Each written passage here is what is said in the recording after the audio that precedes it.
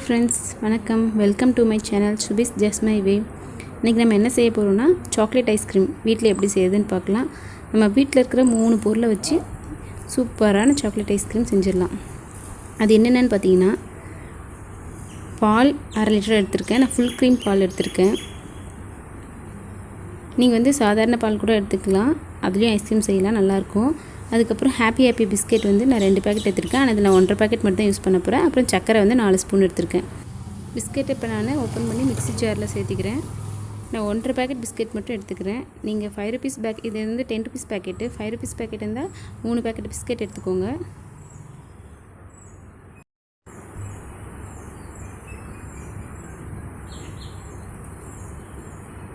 அடுத்த பேக்கெட்டில் நான் பாதி பேக்கெட் மட்டும் தான் போட்டுக்கிறேன். அடுத்து இது கூடவே சர்க்கரை 4 டேபிள் ஸ்பூன் சர்க்கரை நான் எடுத்துருக்கேன். உங்களுக்கு இன்னும் கொஞ்சம் ஸ்வீட் அதிகமாக இருக்கும் வேணும்னா ஐஸ்கிரீமுக்கு எக்ஸ்ட்ரா போட்டுக்கலாம். இது ரெண்டையும் நல்லா மிக்சர் ஜாரில் கிரைண்ட் பண்ணி எடுத்துக்கலாம். நல்லா ஃபைன் பவுடர் ஆகிறதுக்கும் கிரைண்ட் பண்ணிக்கோங்க. பாருங்கள், நல்லா கிரைண்ட் பண்ணி எடுத்துக்கிட்டேன் நான். நெக்ஸ்ட்டு 1/2 லிட்டர் பால் வச்சுருக்கேன். அதை நம்ம ஒரு பேனில் சேர்த்து கொதிக்க வச்சுக்கலாம். இந்த 1/2 லிட்டர் பாலுக்கு 3 பேக்கெட் பிஸ்கெட் கரெக்டாக இருக்கும். நான் சொல்கிற அளவில் நீங்கள் செஞ்சிங்கன்னா கண்டிப்பாக ஐஸ்கிரீம் ரொம்ப ரிச்சாக டேஸ்ட்டாக இருக்கும். இந்த ஃபுல் க்ரீம் பாலில் நான் ஏன் செய்கிறேன்னா, அது ரொம்ப க்ரீமியாக இருக்கும் ஐஸ்கிரீம். நல்லா ஐஸ்கிரீமோட ரிச்னஸ் கிடைக்கும் நமக்கு. பாருங்கள், பால் ரொம்ப சுண்டை காய்ச்சக்கூடாது. கொதிச்சதுமே நம்ம அரைச்சி வச்சுருக்கிற பிஸ்கெட் பவுடரை நம்ம ஆட் பண்ணிக்கலாம்.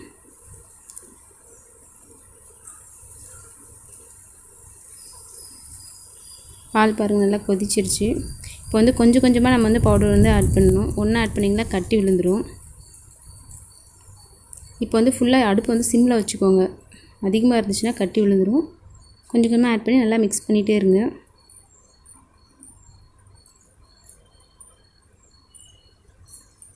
இந்த பால் ஃபுல் க்ரீம் பால்ன்றதுனால நல்லா பாருங்கள், இப்போ கலக்கும் போதே தெரியும், திக்காக நல்லா க்ரீமியாக தெரியும் பால். நம்ம இந்த பவுடரை ஆட் பண்ணுறப்போ ரொம்ப நேரம் குக் பண்ண தேவையில்லை, கொஞ்சம் நேரம் குக் பண்ணவே போதும். ஏன்னா பால் ஆல்ரெடி கொதிச்சிட்ருக்கிறதுனால ரொம்ப நேரம் குக் பண்ணிங்கன்னா டேஸ்ட் மாறிடும். இப்போ பாருங்கள், அது குக் ஆகிடுச்சு. அதை எடுத்து நல்லா ஆற வச்ச பின்னாடி நான் ஒரு மிக்சர் ஜாரில் சேர்த்து கிரைண்ட் பண்ணி எடுத்துக்கிறேன். இதை நான் கிரைண்ட் பண்ணி எடுத்துகிட்டு பின்னாடி காட்டுறேன். பாருங்கள் எவ்வளோ க்ரீமியாக தெரியுது. இதை ஒரு ஏர்டைட் கண்டெய்னரில் நம்ம சேர்த்துக்கலாம். இந்த மாதிரி கன்சிஸ்டன்சியில் இருக்கணும். இது நல்ல ஒரு ஏர்டைட் கண்டெய்னரில் போட்டு மூடி வச்சுருங்க. அப்படின்னா உங்கள்கிட்ட ஃபாயில் செட் இருந்துச்சுன்னா அதை கூட போட்டு மூடி வைங்க.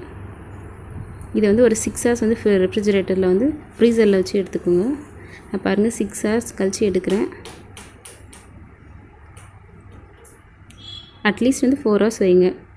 திரும்பவும் இதை எடுத்து நம்ம செகண்ட் டைம் கிரைண்ட் பண்ணி எடுத்துக்கலாம். அப்போ தான் அந்த க்ரீம் நல்லா க்ரீமி அந்த டெக்ஸ்சர் நமக்கு தெரியும்.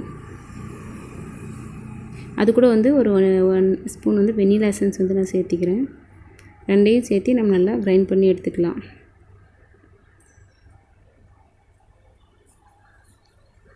எடுத்து திரும்பவும் அந்த ஏர்டைட் கண்டெய்னரில் திரும்ப நம்ம மூடி போட்டு ரெஃப்ரிஜரேட்டரில் ஃப்ரீசரில் வச்சிடலாம்.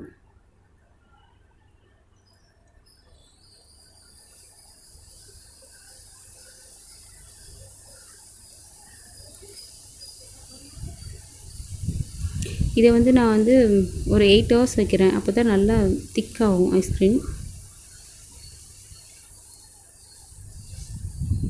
8 ஹவர்ஸ் கழித்து எப்படி இருக்குன்னு நான் பார்க்கலாம். பாருங்கள், 8 ஹவர்ஸ் கழித்து நான் இப்போ ஐஸ்கிரீம் ஓப்பன் பண்ணுறேன். பாருங்கள், இப்போ உங்கள்கிட்ட ஸ்கூப்பர் இருந்துச்சுன்னா அதில் எடுங்க. என்கிட்ட இல்லை, அதில் நான் கரண்டியில் எடுக்கிறேன். பார்க்கும்போதே தெரியும் உங்களுக்கு ஐஸ்கிரீம் எவ்வளோ நல்லா வந்திருக்குன்னு சொல்லிட்டு. அவ்வளோதாங்க ஃப்ரெண்ட்ஸ்.